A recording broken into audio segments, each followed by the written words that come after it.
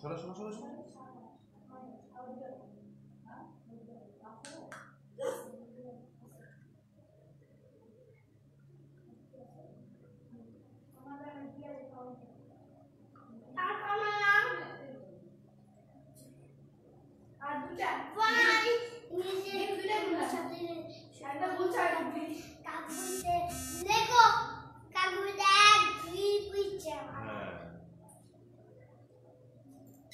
শুনে দাও, এটা শুনে দাও।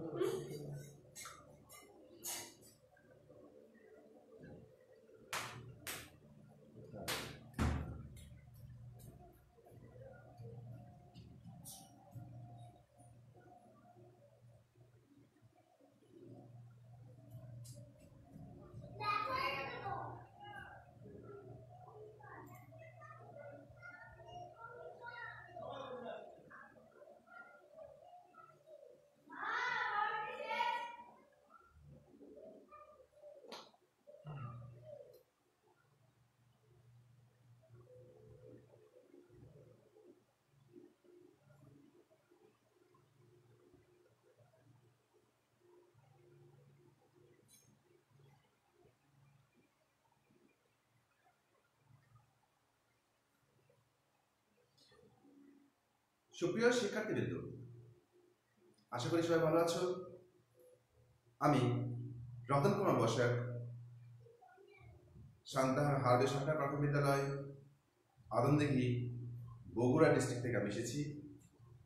আজকে তোমাদের সাথে উপস্থিত হয়েছি ক্লাস নেওয়ার জন্য। তো আমরা তোমাদের সঙ্গে আছি, আমরা শিক্ষকরা, সারা বাংলার একঝাঁক শিক্ষক তোমাদের জন্য ক্লাস করছি, তোমাদের সুবিধার জন্য। তোমরা এই জন্য ঘরে থাকবে, বাবা মার কথা শুনতে হবে এবং শুধুই ঘরে থাকবে আর পড়াশোনাটা চালু রাখবে।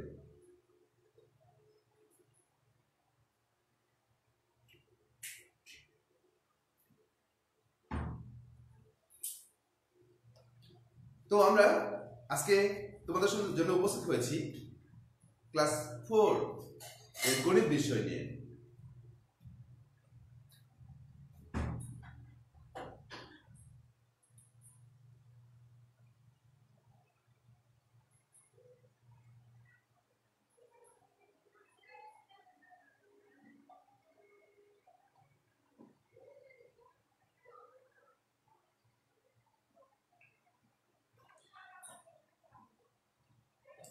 এই সময় স্কুল বন্ধ থাকলে আমাদের যে ক্লাসগুলো করতে হতো, স্কুল খোলা থাকলে যে ক্লাসগুলো করতে হতো, চলো আমরা সেগুলোই করে যাই। কারণ এর সঙ্গে আমরা আমাদের সারা বছর এগিয়ে যেতে হবে আমাদেরকে, তাই না? আমাদের পড়াশোনাটা চালু রাখতে হবে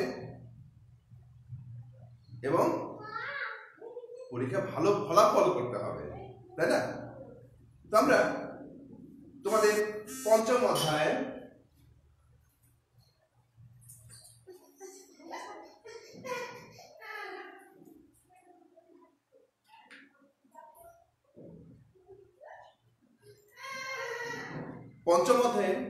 যোগ বিয়োগ গুণ ও ভাগ সংক্রান্ত সমস্যা যে অধ্যায় আছে আমরা তা নিয়ে আলোচনা করব। আমরা প্রথমে দেখি, আমরা এর আগে শিখেছি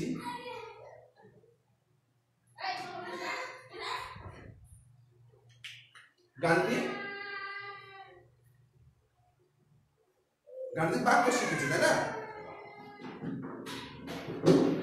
যে কোনো একটা বিষয়, কোনো একটা সমস্যাকে যদি সংখ্যা এবং প্রক্রিয়া চিহ্ন দ্বারা যদি প্রকাশ করা হয় তখন তাকে আমরা বলছি গাণিতিক বাক্য। কোনো একটা সমস্যাকে যখন প্রক্রিয়া চিহ্ন বা সংখ্যা দিয়ে প্রকাশ করা হয় তখন তাকে আমরা বলছি গাণিতিক বাক্য। এবং এই ধরনের গাণিতিক বাক্যগুলোকে আমরা কিভাবে হিসাবের ধারাবাহিকতার মাধ্যমে আমরা কিভাবে হিসাব করতে পারি, আমরা প্রথমে আমরা দেখি তোমাদের বই খাতা নিয়ে বসেছো সবাই, তাই না? তোমাদের বই 58 পৃষ্ঠা খুলে বের করো এবং আমরা প্রথমেই একটা দেখি যে যোগ বিয়োগ থাকলে আমরা কিভাবে করব, তাই না? তোমরা খুলে বের করো। আমরা প্রথমেই দেখি একটা অঙ্ক সমস্যা দেওয়া আছে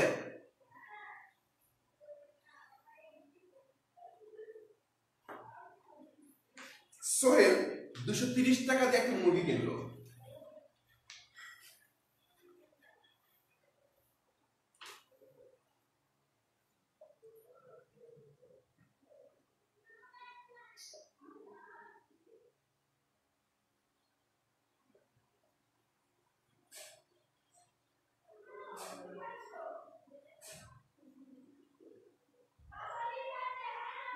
লেখাগুলো দেখা যাচ্ছে তো? আমাকে কমেন্ট করে জানাবে তোমরা লেখা দেখতে পাচ্ছ কিনা।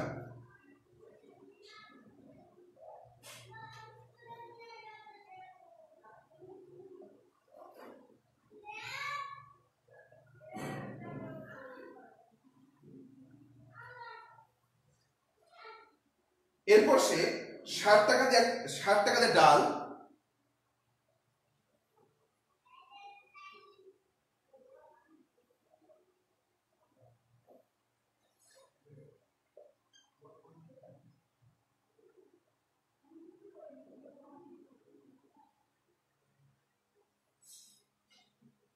এবং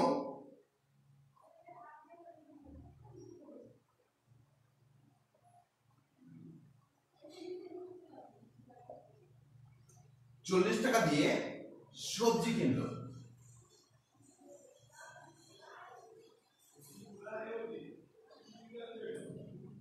সোহেল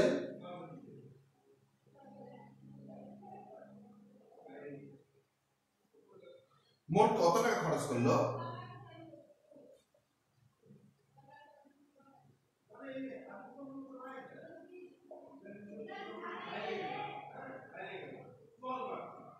তা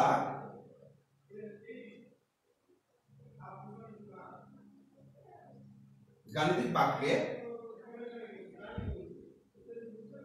প্রকাশ করি।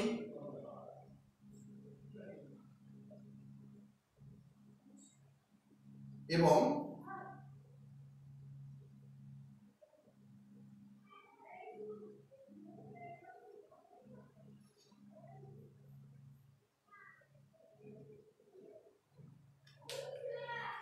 তাহলে আমরা কি পেলাম? ধন্যবাদ জাকির হোসেন এবং ডলি পাল আমাদের সঙ্গে থাকার জন্য।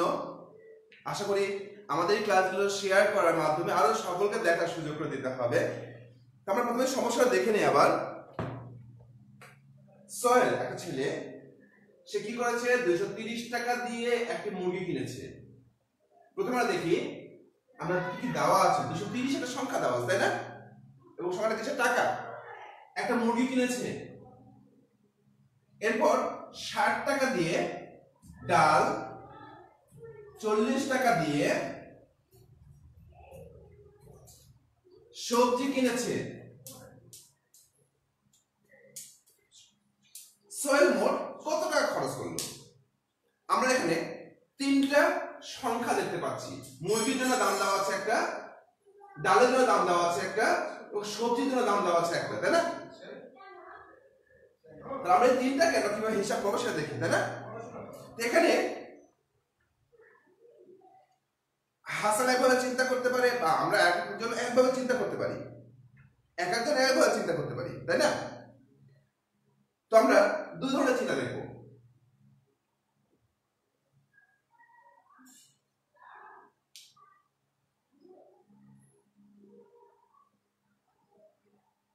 যদি আমরা যেহেতু আমরা কি দেওয়া আছে? মোট দেওয়া আছে, তাই না? মোট বললে আমরা কি করতে হয়?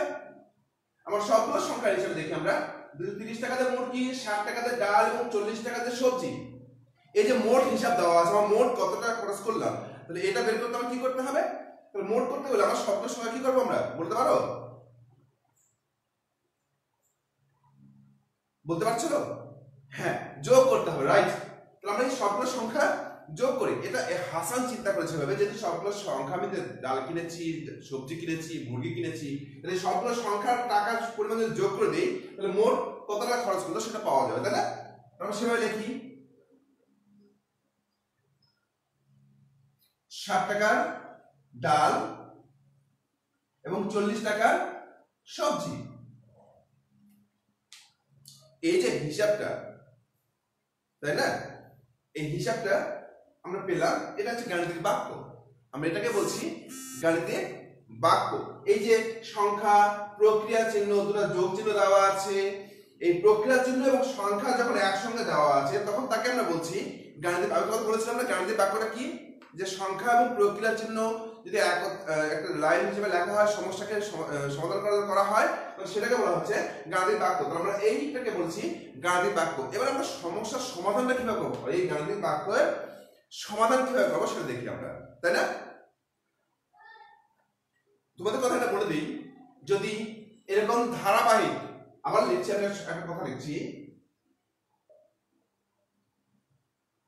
তোমরা দেখতে পাচ্ছ ক্লাসগুলো কেমন লাগছে কমেন্টে জানাবে। আমরা ধারাবাহিক লিখেছি, তাই না?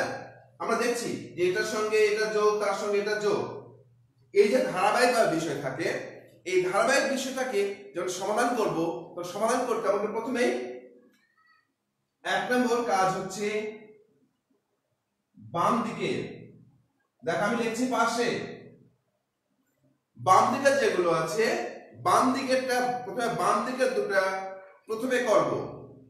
কিরকম, এটা এবং এটা প্রথম যোগ করব।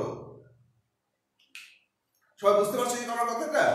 যদি এরকম ধারাবাহিক অনেকগুলো যোগ দেওয়া থাকে, যদি অনেকগুলো যোগ দেওয়া থাকে, তো সেক্ষেত্রে প্রথমে আমাদের বাম দিকের দুটা প্রথম যোগ করতে হবে, সেটা যোগ থাক বা বিয়োগ থাক।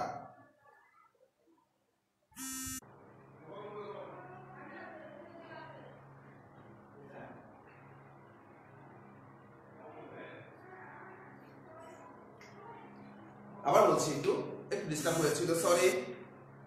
প্রথমেই আমরা বাম দিকেরা যোগ করছি, তাই না? 30 এবং 60 এটা যোগ করে কত হচ্ছে, খাতাতে বলি তো অবশ্যই, ভাগ করে দেখো কত হয়, 290। এবার আমরা এটা নামিয়ে নিয়ে আসি, এটাকে যোগ দিয়ে পরেরটা নামিয়ে নিয়ে আসি। এবার থাকবে দুটো সংখ্যা, আমরা এটাকে আবার যোগ করব। কত হয় যোগ করো দেখি, সবাই যোগ করে ফেলো। যোগ করে ফেলেছো? আমি লিখে ফেলবো? গুড। 0 আর 0 যোগ করলে বাম দিক থেকে যোগ করতে হয়, ডান দিক থেকে যোগ করতে হয় না? হ্যাঁ, রাইট। 9 আর 4 13, 3 হয় থাকে 1, 2 এর আগে 3। তাহলে আমরা সমস্যাটি, আমরা যখন বলছি সমস্যাটি সমাধান করি, তখন আমরা এভাবে করতে পারবো, যদি ধারাবাহিক কোনো যোগ থাকে, তখন সেক্ষেত্রে যে এরকম ধারাবাহিক যোগ থাকলে, এরকম ধারাবাহিক যোগ থাকলে, তখন আমরা সেক্ষেত্রে প্রথমে বাম দিকেরটা প্রথমে যোগ করব, তারপরে নামিয়ে নিয়ে এসে তারপর সেটা আবার যোগ করব, তাই না? এটা চিন্তা করেছে হাসান একভাবে, কেন অন্যভাবে করা যেতে পারে না? অন্যভাবে তো করা যেতে পারে, তাই না? তাহলে আমরা আরেকভাবে চিন্তা করে দেখি। তোমাদের বইয়ে দেখো শিলার চিন্তাধারা দেওয়া আছে, ঠিক আছে? আমরা প্রথমেই এটা মুছে ফেললাম, এইটুকু অংশটুকু। শিলা কি করেছে, প্রথমটা আগে লিখেছে, যে সোহেল যে 230 টাকাতে মুরগি কিনেছে সেটা আগে লিখেছে, ওকে।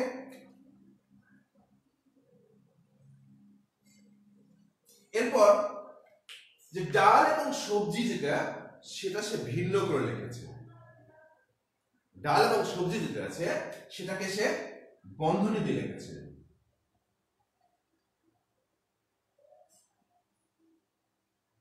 তখন আমি বলেছিলাম যে ধারাবাহিক যদি যোগ থাকে, তখন সেক্ষেত্রে আমাদের প্রথমে যোগ করতে হবে, তাই না?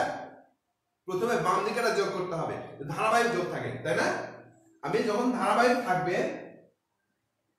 বাম দিকেটা প্রথম করবো, এই তো বলেছিলাম।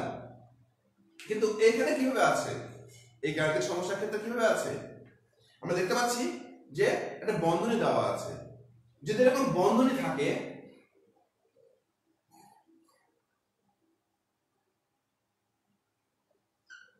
তো প্রথমে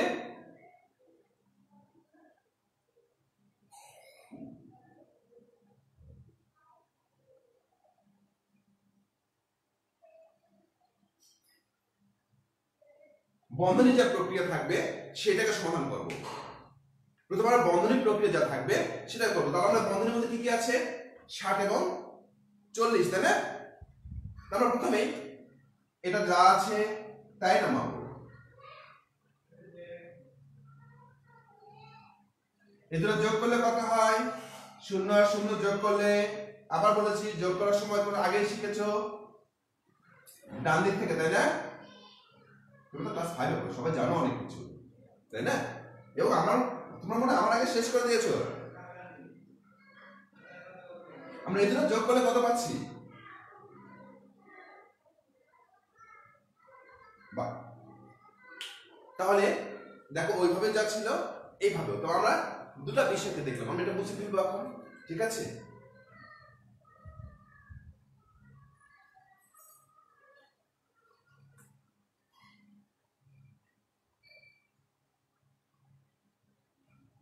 তাহলে আমরা আবার একটু খেয়াল করে দেখি, আমরা দুইটা বিষয় ছিল,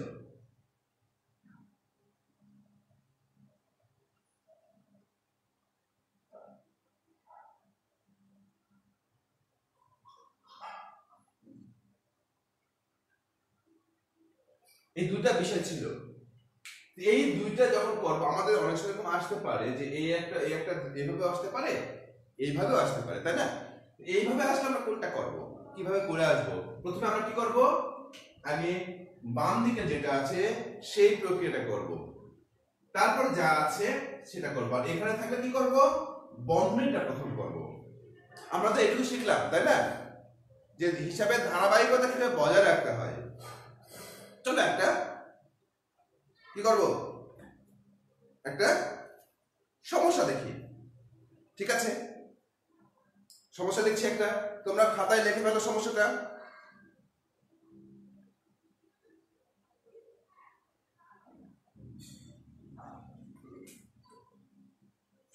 একটা সমস্যা লেখো। আমিন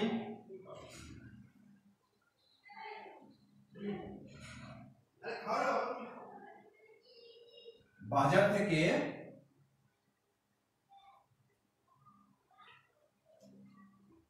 380 টাকা দিয়ে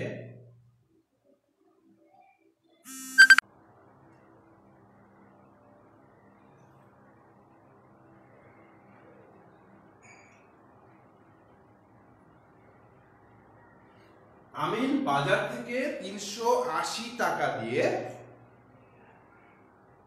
কি কিনলাম, মাছ।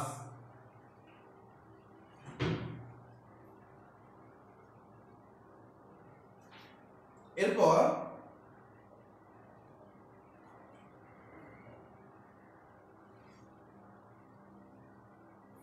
180 টাকা দিয়ে আলু এবং 320 টাকা দিয়ে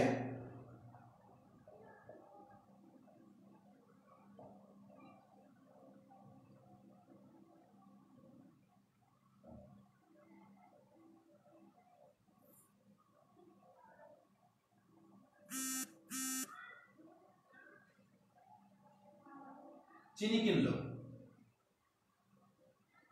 সে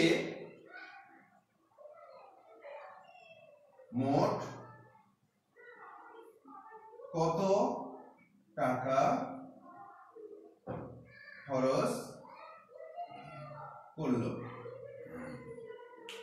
তাহলে আবার পড়ছি আমি, তোমরা বুঝতে পারছো যে আমি বাজার থেকে 380 টাকা দিয়ে মাছ কিনলো, এরপর 180 টাকা দিয়ে আলু কিনলো এবং 320 টাকা দিয়ে চিনি কিনলো।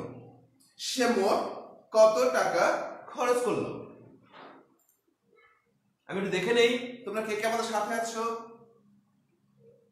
আও শিমুল রানী দাস, সুবর্ণা রায় লিপাত, ধন্যবাদ। অসীম সেন ধন্যবাদ, ডলিপাল ধন্যবাদ, দারুণ।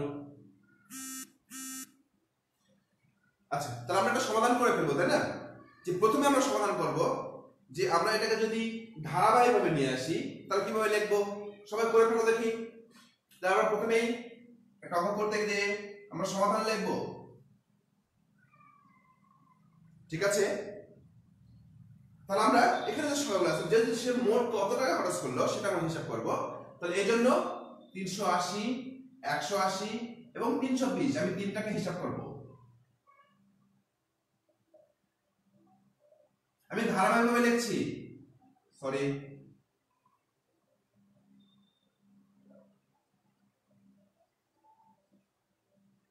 আমি সংখ্যাগুলো ধারাবাহিক যোগফল বের করার জন্য, ধারাবাহিকভাবে করার জন্য আমি এভাবে করছি। এবং মনে আছে তোমাদের, আমরা তোমরা অন্যভাবেও করতে পারো, এটাই যে করতে হবে এমন কিছু নেই। এরপর আরেকটা নিয়ম ছিল, আরেকভাবে করা ছিল, সেভাবে তোমরা করতে পারো। যদি তোমরা এভাবে লেখো যে মাছ এত টাকা আর আলু এত টাকা, তারপর চিনি এত টাকা, যেটা যোগ করেও তোমরা করতে পারো, কোনো সমস্যা নেই। আমরা এই নিয়মটা শিখছি যে ধারাবাহিক, এই ধারাবাহিকের নিয়মটা আমরা প্রথমে শিখছি, এই জন্য তোমাদেরকে আমি এভাবে করাচ্ছি, ঠিক আছে? তাহলে আমরা প্রথমে কোনটা যোগ করবো বলে ফেলো দেখি এবার। আমি বাম দিকে ওদিকে লিখে রেখেছি আমার ডান দিকে, তাই না? তাহলে আমরা কোনটাকে যোগ করবো? বাম দিকেরটা, এটা নাকি এটা? এটা করলেও তো ভুল হবে না, তাই না? কিন্তু আমার নিয়ম কি আছে, আমি যদি এই দুটা যোগ করি আমার কি ভুল হবে? না, ভুল হবে না। কিন্তু আমার নিয়ম বলছে যে আমাকে সবসময় বাম দিক থেকে করে আসতে হবে, ঠিক আছে? এবার যোগ করি, 0 তোমরা যোগ করেছো সবাই, দেখো তো মিলিয়ে নাও আমার সঙ্গে। 16 6 9 থেকে 1 3 4 5, আমরা এটা নামিয়ে দিই। এরপর আমরা এই দুটো আবার যোগ করবো, তাই না? 0 6 আর 2 8 5 আর 3 সে মোট কত টাকা খরচ করলো? 880। এটা আরেকভাবে করেছিলাম, আমরা সেটা আবার দেখি নাকি? হ্যাঁ, ওটাও দেখবো আমরা। তবে এটাকে আমরা দেখে নেই সবার মিললো কিনা, তাই না? এটা মুছে দেবো, ধন্যবাদ।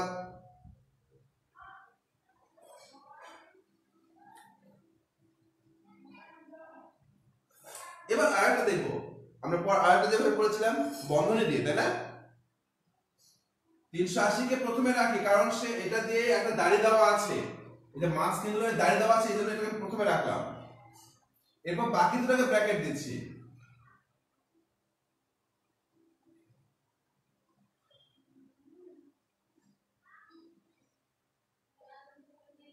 এবার কোনটা করবো বলো দেখি, বলো দেখি এবার কোনটা করবো? কোনটা যোগ আগে করবো? আগে এই দুটো করবো নাকি এই দুটো করবো? মনে আছে বন্ধনী থাকলে কোনটা করতে হবে? বন্ধনীর ভিতরে যেটা আছে, আমরা এটাকে বন্ধনী বলছি, এই বন্ধনীর ভিতরে যেটা আছে সেটার যোগটা আমরা প্রথমে করবো, তাই না? তাহলে আমরা এটাকে নামিয়ে দেই।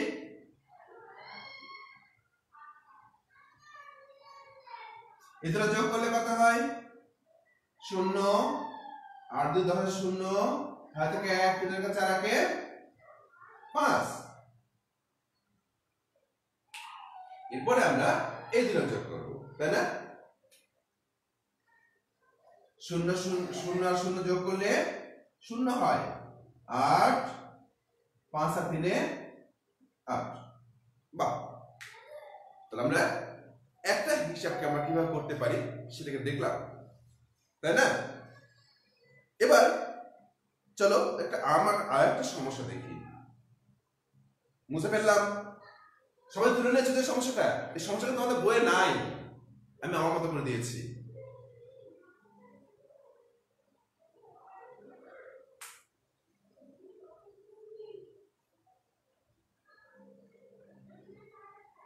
চলো একটা সমস্যা লিখি, তোমাদের উদাহরণে এরকম একটা সমস্যা দেওয়া আছে।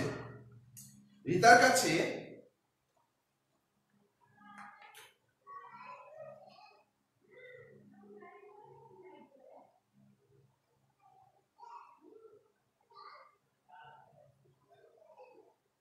820 টাকা ছিল।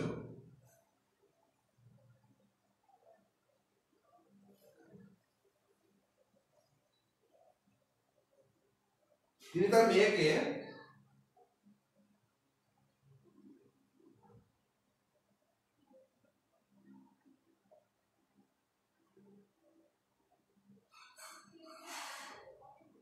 $260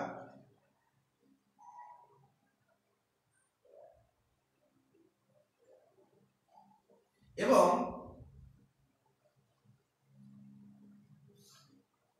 ছেলেকে $240 দিলেন।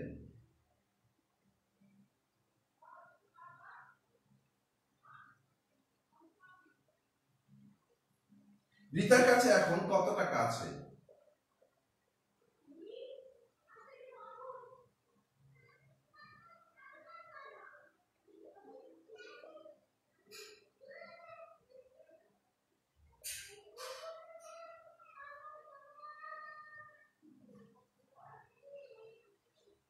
এই তো, তাই না? যদি আমি এটাকে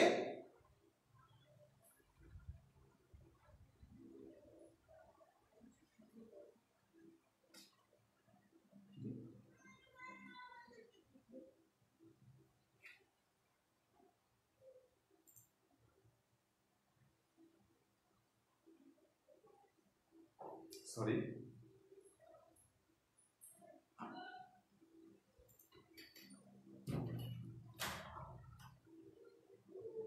আমাকে কি দেখা যাচ্ছে সবাই?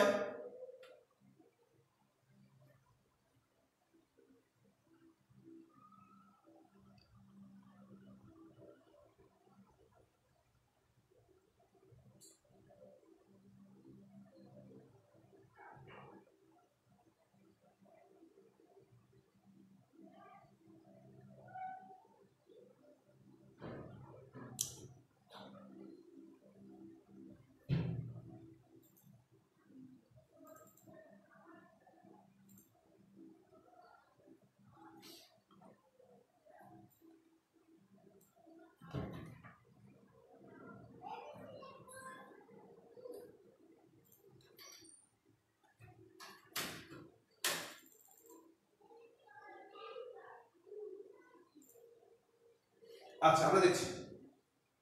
তবে যদি আমরা এটাকে সমাধান করতে যাই, ধারাবাহিকভাবে করতে যাই, তাহলে কি করবো? আমরা প্রথমে অঙ্কটাকে পড়বো, তাই না? আবার দেখছি, রিতার কাছে 820 টাকা ছিল। রিতার কাছে 820 টাকা ছিল। তার মানে মনে করো আমার কাছে 820 টাকা আছে, আমি রিতা না, কিন্তু ঠিক আছে, আমি রতন স্যার, আমি রিতা না। 820 টাকা ছিল আমার কাছে আছে। আমি এখান থেকে যদি আমার ছেলে এবং মেয়েকে টাকা দিয়ে দিই, সে টাকাটি আমার কাছে যোগ হবে না বিয়োগ হবে? হ্যাঁ, বলো দেখি। যদি আমি টাকাটা যোগ আমি কাউকে দিয়ে দিই আমার কাছ থেকে টাকা, তাহলে সেটা কি যোগ হবে নাকি বিয়োগ হবে? বিয়োগ হবে, তাই না? ফাইন। তার মানে এই টাকা থেকে আমাকে মেয়ের টাকা এবং ছেলের টাকা সব বাদ দিতে হবে না? বাদ দেবো না? হ্যাঁ, রাইট। তাহলে আমরা সমাধান করার সময়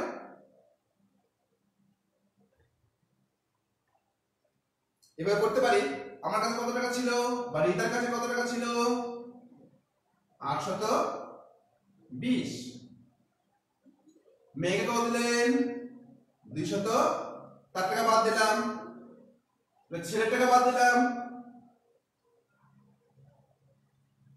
এই তো, তাই না? আমরা যদি এইভাবে বিয়োগ করতে চাই, কোনটা করব? আমাদের এই জায়গাটায় আমি এটাকে বলছি ধারাবাহিক। মুছে দিয়ে আবার সুন্দর করে লিখি, দাগটা দিই।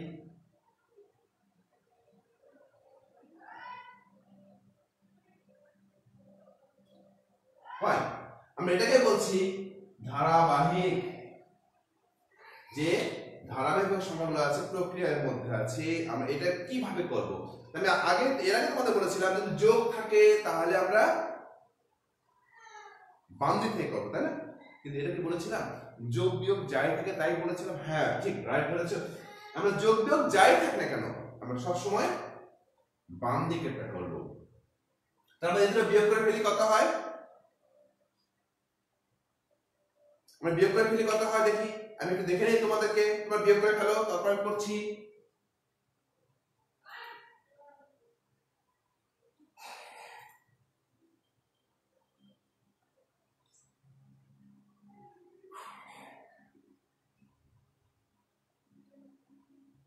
করেছো?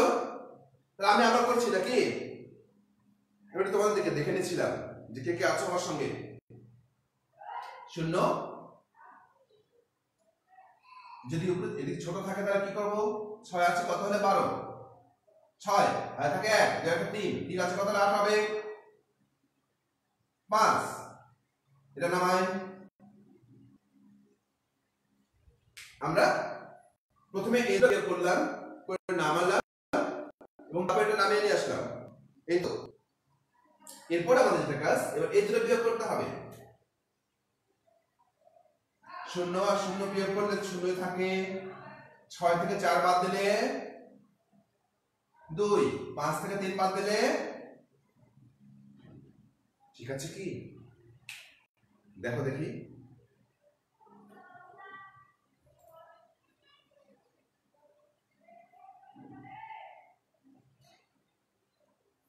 তাহলে এই যে আমরা বিয়োগটা করলাম এটাকে ধারাবাহিক বলছি। আমরা এই সমস্যাটাকে যদি ধারাবাহিকভাবে হিসাব করতে যাই তখন আমরা এইভাবে করতে পারছি, তাই না? এখন যদি অন্যভাবে করি, অন্যভাবে তো করা যেতে পারে, তাই না? তাহলে আরেকটু দেখি, সবাই বুঝতে পেরেছো নাকি আমি কিভাবে করলাম? তাহলে অন্যভাবে একটু দেখি, তাই না? রিতার কাছে কত টাকা ছিল? এটা ছিল, তাই আমি এটা প্রথমে লিখবো, কারণ আমার কাছে যা থাকে সেটাকে আমি প্রথমেই লিখবো, তাই না? এবার আমার কাছ থেকে যদি আমি ছেলে মেয়েকে দিয়ে দেই, সেটাকে ভিন্ন করে এক জায়গায় করবো না, ভিন্ন করে এক জায়গায় করি। ছেলে এবং মেয়ের টাকাটা কত দিয়েছি, ছেলেকে এবং মেয়েকে মোট কত দিয়েছি, আমি কি বললাম? ছেলেকে এবং মেয়েকে মোট কত টাকা দিয়েছি, মোট বলে কি করবো আমরা? রাইট, যোগ করবো। ধন্যবাদ। এবং আমি যেহেতু দিয়ে দিয়েছি তাহলে আমি এটা বিয়োগ করবো। এই মোটটা আমরা করবো এইখানে।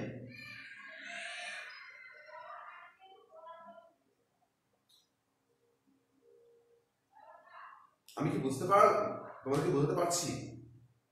যদি তোমাদের ভালো লাগে অবশ্যই কমেন্ট করবে। আমি দেখছি যে প্রথমে আমরা আমার কাছে যা ছিল সেটাকে আমি লিখেছি, এবার এখান থেকে যেটা দিয়ে দিলাম মোটটা কত দিলাম সেই মোটটা আমি তৈরি করে দিলাম এখানে, তাই না? যদি এরকম সমস্যা থাকে, যদি এরকম ধারাবাহিক কোনো বিষয় থাকে, তখন যখন এই ধারাবাহিকগুলো যখন থাকে তাহলে কি আছে? বন্ধনী আছে। তাহলে বন্ধনী কাজটা আমাকে, আমি কি বলেছি, বন্ধনী কাজটা প্রথমে করতে হবে।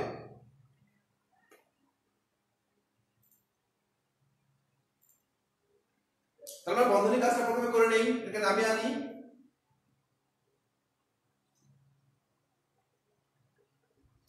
যোগ করে নেই, 0 6 4 10 0 এটাকে 1 2 3 4 রাখে 5।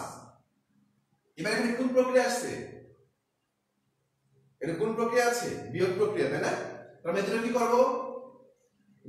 আমরা বিয়োগ করব। ধন্যবাদ। আমরা এদেরকে বিয়োগ করে ফেলি। তোমরা করে ফেলো দেখি সবাই।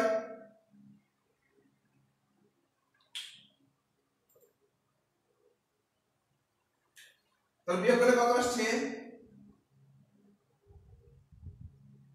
8 থেকে 5 বাদ দিলে 3, মোট 320 টাকা। আমি তো কথা লিখে ফেলি। তাহলে লেবলিটার কাছে আমরা উত্তরগুলো এইভাবে লিখবো, অতএব দিয়ে তারপর ওই লাইনটাকে লিখবো, রিতার কাছে 320 টাকা আছে। এবং অবশ্যই এই সোজা এই লাইনের থেকে এই লাইনগুলো লিখতে হবে। তোমরা দূরে যা লিখবে না, অনেক উত্তর দিয়ে লেখো না, উত্তর লেখার প্রয়োজন নেই, ঠিক আছে? আমরা কি এই দুটো অঙ্ক বুঝতে পারলাম? সকলে বুঝেছি, তাই না? আচ্ছা, তাহলে আমরা নতুন অঙ্ক দেখি। দেখো তোমাদের বইয়ের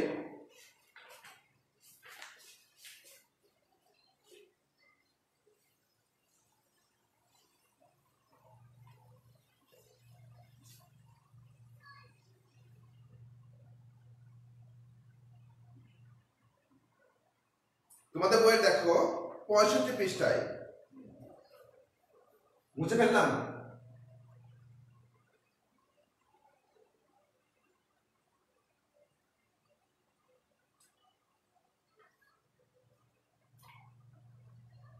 পৃষ্ঠায়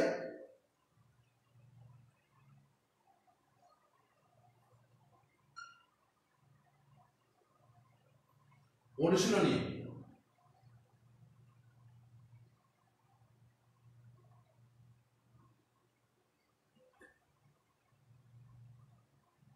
এর 2 নম্বর যেটা আছে, 2 এর 1 নম্বর কি দেওয়া আছে?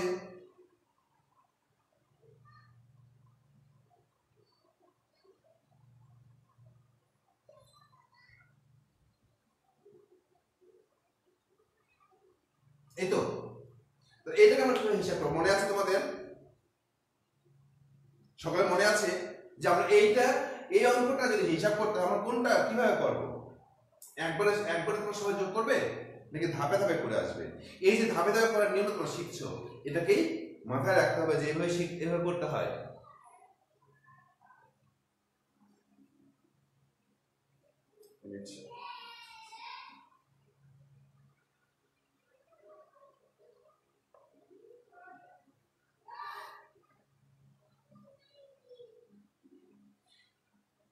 এবার আরেকটা আছে এরকম 2 নম্বর, এটা তোমাদের বাড়ির কাজ থাকবে।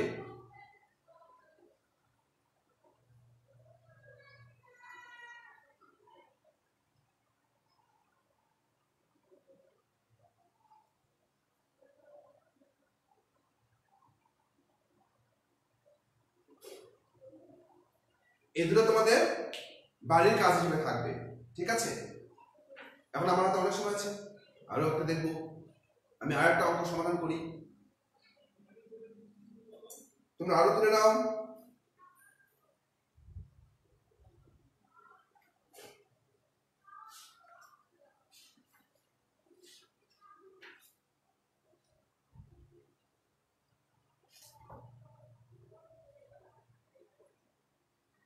তুলে নিয়েছো সবাই?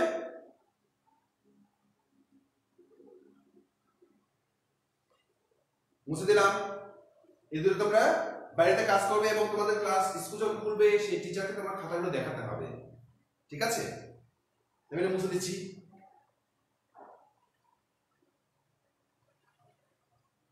আরো কিছু বাড়ির কাজ দিচ্ছি তোমাদের জন্য, তোমরা খাতায় তুলে নাও।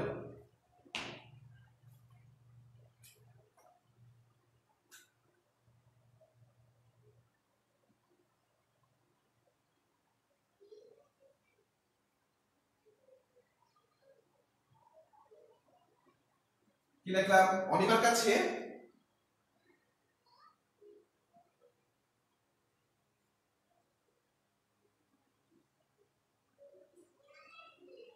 টাকা আছে,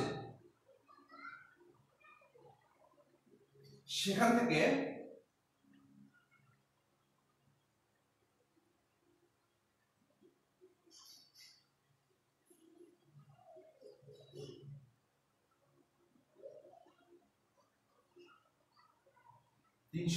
টাকা দিয়ে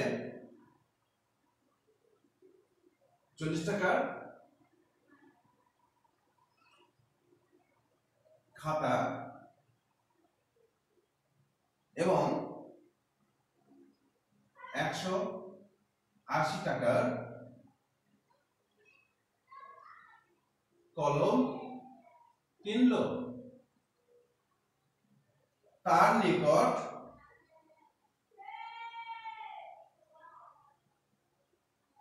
কত টাকা রইল?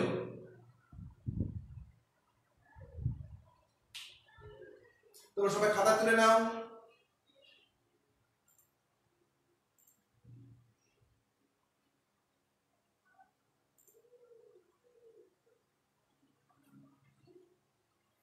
তুলে নিয়েছো?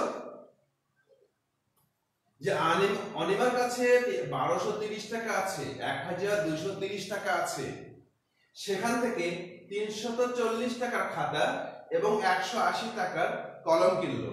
তার নিকট কত টাকা রইল? তাহলে আমরা এটাকে হিসাব করার সময় আমরা কিভাবে করব? যে ধারাবাহিক হিসাব করতে যাই তাহলে প্রথমেই তার নিকট যে টাকা আছে সেখান থেকে সে যে টাকা খরচ করলো সেটা বাদ দিব, তাই না? যে টাকাগুলো খরচ করেছে এই টাকাটা এটা তার পকেটে ছিল, সেখান থেকে এই টাকা এবং এই টাকা খরচ করেছে, তাহলে খরচের হিসাবগুলো কি করব? বাদ দিয়ে দিব, তাই না? তাহলে আমরা দেখি কিভাবে করতে পারি।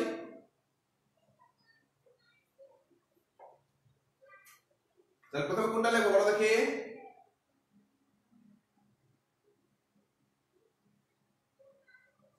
তার নিকট যে টাকা আছে সেটাকে প্রথমে লিখলাম। ধন্যবাদ।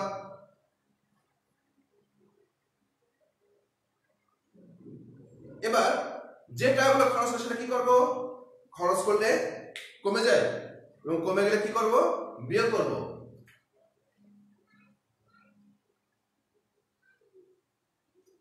দুটাই বিয়োগ করব নাকি?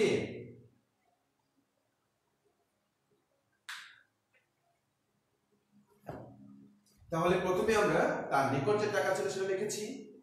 এবার 340 টাকার খাতা, 180 টাকার কি কলম, আমি দুটোকে এই টাকা থেকে বাদ দিচ্ছি। এই বাদ দিতে যে আমরা কিভাবে করব? কোনটা প্রথমে করব? আমরা এই দুটো করব বিয়োগ, আমরা এই দুটো বিয়োগ করব। যদি এই দুটো বিয়োগ করে ফেলো তাহলে তো ভুল হয়ে যাবে। এই জন্য বলা হয়েছে যে সবসময় ধারাবাহিকভাবে হিসাব করতে বাম দিকেরটা প্রথম করতে হবে, ঠিক আছে?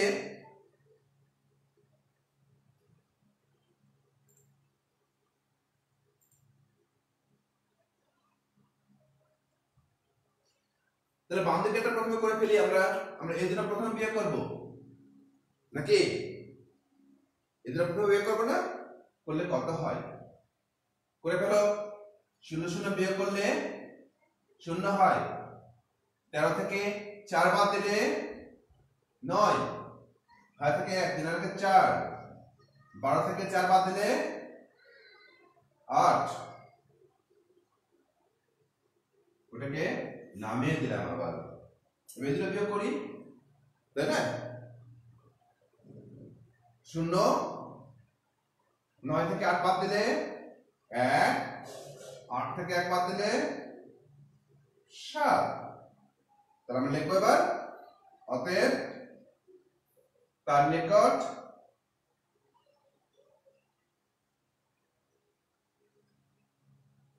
$710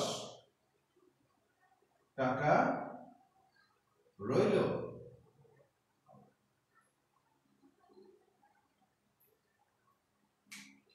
তাহলে আমরা এটাকে এভাবে হিসাব করলাম, তাই না? এবার আরেকভাবে দেখি আমরা যে টাকাটা খরচ করেছিল সেটাকে বন্ধনীর মধ্যে রাখবো। এবার এটা মুছে ফেলি আমরা।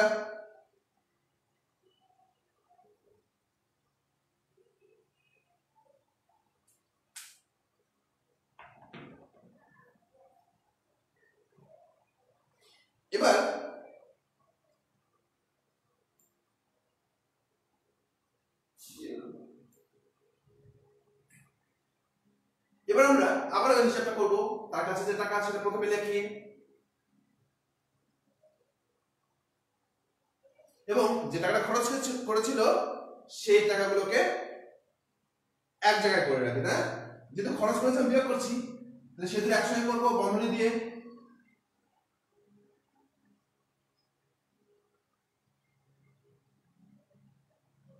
মোট খরচটা পেয়ে যাব। তাহলে আমরা এটা প্রথমে করবো, তাই না? বন্ধনী কাজটা প্রথমে করতে হয়।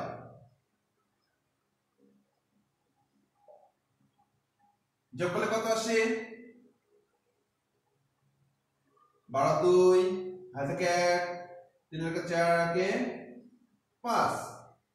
এবার আমরা এখানে করি, এদের বিয়োগ করলে 0, 3 থেকে 2 বাদ দিলে 1, 12 থেকে 5 বাদ দিলে 7। ওইটা আবার লিখবো এরকম, তার নিকট 710 টাকা রইল। তাহলে আমরা দুটো অঙ্ককে কিভাবে সমাধান করা যায়, দুই ভাবে করে সমাধান করা যায় প্রতিটা অঙ্ক, তাই না? আরো অনেকভাবে সমাধান করা যায়। আমরা ওইদিকে যাচ্ছি না, আমরা দেখছি যে এই অঙ্কগুলোকে আমরা যখন হিসাব করবো তখন ধারাবাহিক হিসাব করার সময় আমরা এটাকে এই বিষয় দুটাকে মাথায় রাখবো সব সময়। আমরা যখনই ধারাবাহিক দেখবো তখন প্রথমেই দেখবো যে ধারাবাহিক থাকলে তার বাম দিকটা হিসাব করতে হবে, আর বন্ধনী থাকলে বন্ধনীর কাজটা প্রথমে করতে হবে, এই তো, তাই না? তো আমরা আমাদের হাতে আর অল্প কিছু সময় আছে, আমরা দেখে নেই। এবার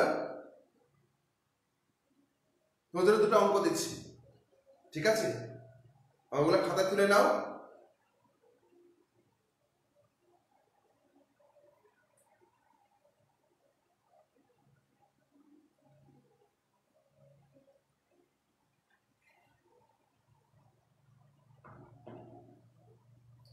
এবার আমি যে কাজটা করব, তুমি তোমার যার যার নিজের নামটা লিখবে। আমি ফাঁকা রাখছি, কাছে এখানে তোমার নাম লিখবে। তোমার কাছে, তোমার কাছে, তোমার কাছে,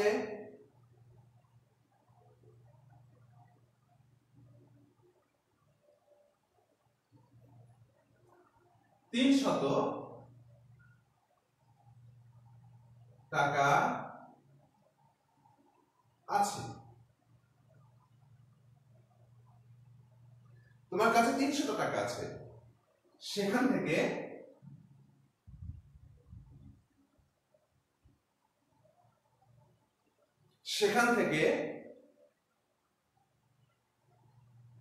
$30 টাকা দিয়ে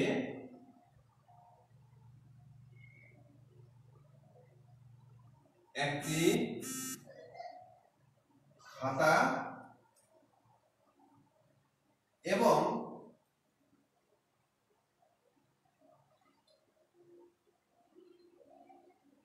$10 দিয়ে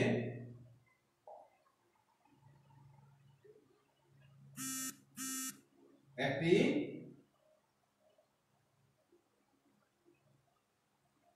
পেন্সিল কিনলো।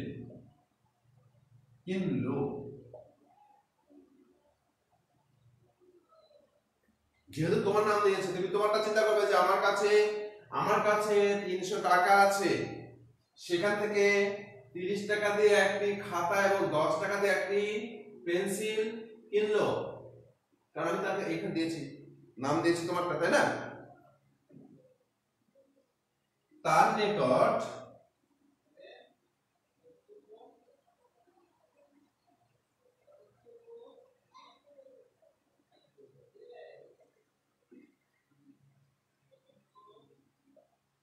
কত টাকা রইল, এই একটা বিষয়। আমরা আরেকটু চিন্তা করি, থাক এটা বাদ দিই,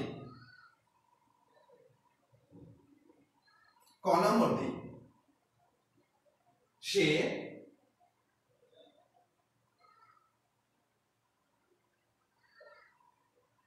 কত টাকা খরচ করলো। খ নম্বর দিই,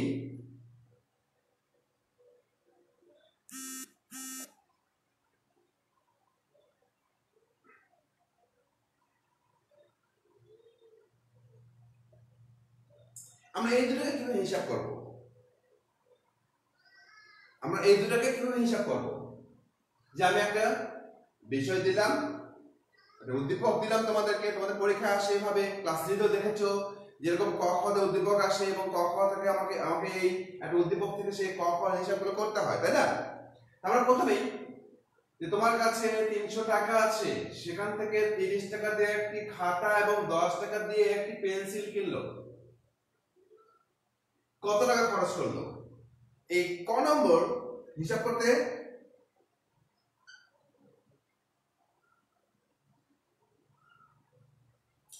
হিসাব করার সময় কি করবো? তাহলে আমরা প্রথমে খাতা এবং পেন্সিলের যে খরচ সেটা আগে করবো, তাই না?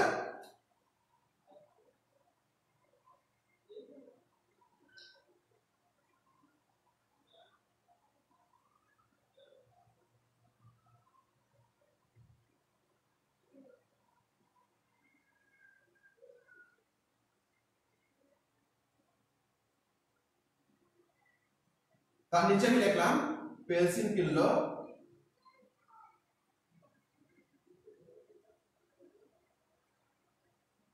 যেহেতু আপনার মোট কত টাকা খরচ হয়েছে সামনে মোট দিই তাহলে ভালো লাগবে। তাহলে আমরা এদের কি করব, যোগ করে নেব।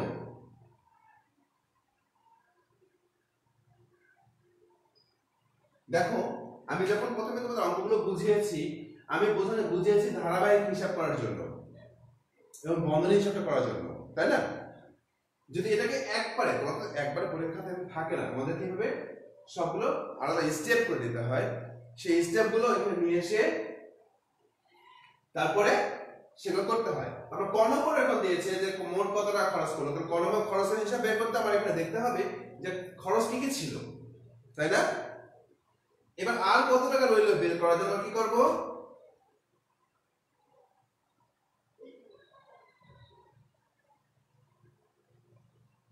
প্রথমেই লিখব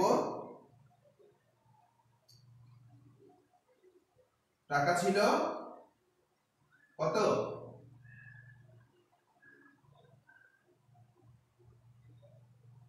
300 টাকা।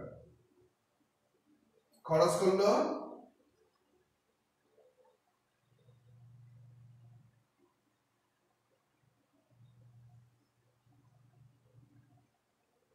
এরপরে আমরা কি করবো, এটা তাহলে আর আর যখন বলছে আমরা বিয়োগ করবো, তাই না? বিয়োগ করে ফেলি 0 6 আমরা এখানে লিখবো তার নিকট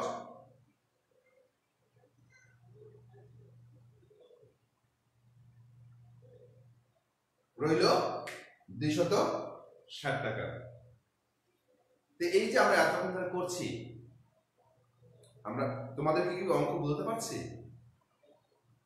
যদি ভালো লাগে তাহলে আমাদের এই পোস্টগুলো এই পেজটাকে শেয়ার করবে এবং লাইক দিবে এবং সকলের কাছে পৌঁছে দেওয়ার চেষ্টা করো, যেন সবাই বাসায় বসে এই অঙ্কগুলো দেখতে পারে, ক্লাসগুলো করতে পারে, নিজেদেরকে চর্চার মধ্যে রাখতে পারে। আমরা তো আসলে আমাদেরকে চর্চার মধ্যে রাখছি, আমরা তোমাদের সামনে পাচ্ছি না। আমরা সামনে তোমাদের ক্লাসে পেলে কত সুন্দর ক্লাস করাতে পারতাম, এই যে এতগুলো বিষয় দেখাচ্ছি, তাই না? কিন্তু দেখো আমরা তোমাদের কাছে পাচ্ছি না, তারপরে চেষ্টা করছি তোমাদেরকে সবসময় টাচে রাখার জন্য, যার জন্য আমরা বিভিন্ন ভাবে তোমাদের কাছে যাওয়ার চেষ্টা করছি। এটা একটা মাধ্যম তোমাদের কাছে যাওয়ার। তোমরা ভালো থাকবে, বাসায় থেকে নিয়মিত ক্লাসগুলো করো, আমাদের পেজটাকে লাইক করো এবং শেয়ার করো এবং সবার কাছে পৌঁছে দাও যে না আমরা রতন স্যারের ক্লাস করেছি, ওইরকম ক্লাস চাই, ওরকম ক্লাস করছি। আমি আবার আসবো তোমাদের সামনে, আবার এরকম ক্লাস নিয়ে আসবো, হয়তো আরো অন্য টিচার আসতে পারে, কোনো সমস্যা নেই। আমরা যেভাবে শেষ করেছি তারপর থেকে শুরু করবে, বা আমিও যেখানে শেষ করেছি তারপর থেকে শুরু করব, ধারাবাহিকভাবে ক্লাস হয়ে যাবে তোমাদের, যেন অধ্যায়গুলো সব চর্চার মধ্যে থাকে। তবে অবশ্যই একটা বিষয়, গণিত যুক্তি দিয়ে চলে, তুমি যুক্তি দেখাতে হবে যে আমি একটা জিনিস নিলাম, আমি এটা কেন লিখলাম, কেন, এই যে বিষয়টা, এই প্রশ্নটা যদি তুমি করো তাহলে খুব সহজেই উত্তরগুলো পেয়ে যাবে। আমি এটা কেন লিখেছি, আমি এটা লিখলাম কেন লিখলাম, আমার এখানে ছিল আমি এখন করে দিচ্ছি, তাই তো না? তা তো না, তাই না? হিসাব হচ্ছে আমাকে যুক্তি দেখাতে হবে যে আমি এটা কোথায় পেলাম, কেন লিখলাম। যদি এই কেন উত্তর দিয়ে তোমরা কাজ করো তাহলে খুব সহজেই গণিতটাকে ভালো বুঝতে পারবে। কারণ আবার বলেছি, গণিত সবসময় যুক্তি দিয়ে কাজ করতে হয়, যুক্তির বাইরে গণিত কিছু করবে না। আর একটা বিষয়, আজকে একটা অঙ্ক দেখছি, অঙ্কটা আমরা ভুলে যেতে পারি, তাহলে এইটাকে চালু রাখার জন্য আমাদের কি করতে হবে, তাই না? আমাদের সবসময় আগে যা করেছি সেই ক্লাসগুলো, সেই অঙ্কগুলো আবার দেখতে হবে, কারণ আমরা চর্চা না করলে ভুলে যেতে পারি। আমাদের চর্চার মধ্যে থাকতে হবে এবং এই চর্চা থাকার জন্য আমি আজকে পঞ্চম অধ্যায় করেছি, এদিকে প্রথম থেকে 1 2 3 4 এগুলো তোমাদের মনে আছে, এগুলো মনে রাখতে হবে তো তোমাদের, তাই না? এগুলো মনে রাখার জন্য বাসায় বারবার চেষ্টা করতে হবে, আবার করতে হবে, আবার করতে হবে, করতে সমস্যা নেই তো। আমরা কি যত বেশি করবে তত বেশি ভুলবে নাকি না, যত বেশি করবে তত বেশি মনে থাকবে বিষয়গুলো, তার যুক্তিগুলো বুঝতে পারবে। যদি যুক্তি একবার তোমাদের মাথায় আসে তাহলে গণিত তোমাদের কাছে সহজ। গণিত সহজ সাবজেক্ট, যে তোমরা যুক্তিটা ধরতে পারো যে আমি একটা কাজ করছি, এটা কিভাবে হয়েছে। এই যদি এটার মাথায় রাখো তাহলে ক্লাসগুলো ভালো লাগবে তোমাদের। অঙ্ক করতে আর একবার যদি অঙ্ক করে মজা পাও তোমাদের শুধু অঙ্কই করতে ইচ্ছা করছে। এটা আমাদের সকলের সহজাত প্রকৃতি। যদি একবার কোনো যদি ভালো লাগে তখন সেটা বারবার করতে চাই। তো আজকের মতো তোমাদের সামনে থেকে এখান থেকে বিদায় নিচ্ছি। আবার দেখা হবে তোমাদের সামনে আবার কোনো সময়। ভালো থাকবে সবাই, সবাই সুস্থ থাকবে, নিজের খেয়াল রাখবে, বাবা মার খেয়াল রাখবে। ধন্যবাদ সকলকে।